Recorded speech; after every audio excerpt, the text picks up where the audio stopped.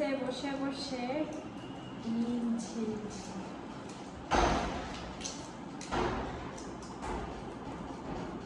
কাজের মেয়েটাকে বলেছিলাম ডিম সিদ্ধ করে দিচ্ছে, কিন্তু ও যদি ছিলতো হাতকে কালো কালো খাওয়াই দিত। এই জন্য আমার ডিম আমি ছিলছি,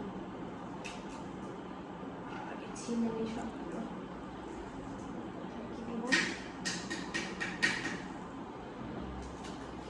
তোমরা দেখো কিভাবে ডিম ছিলতে হয়। বাপের জন্মে ছিলছ ডিম দিয়েও।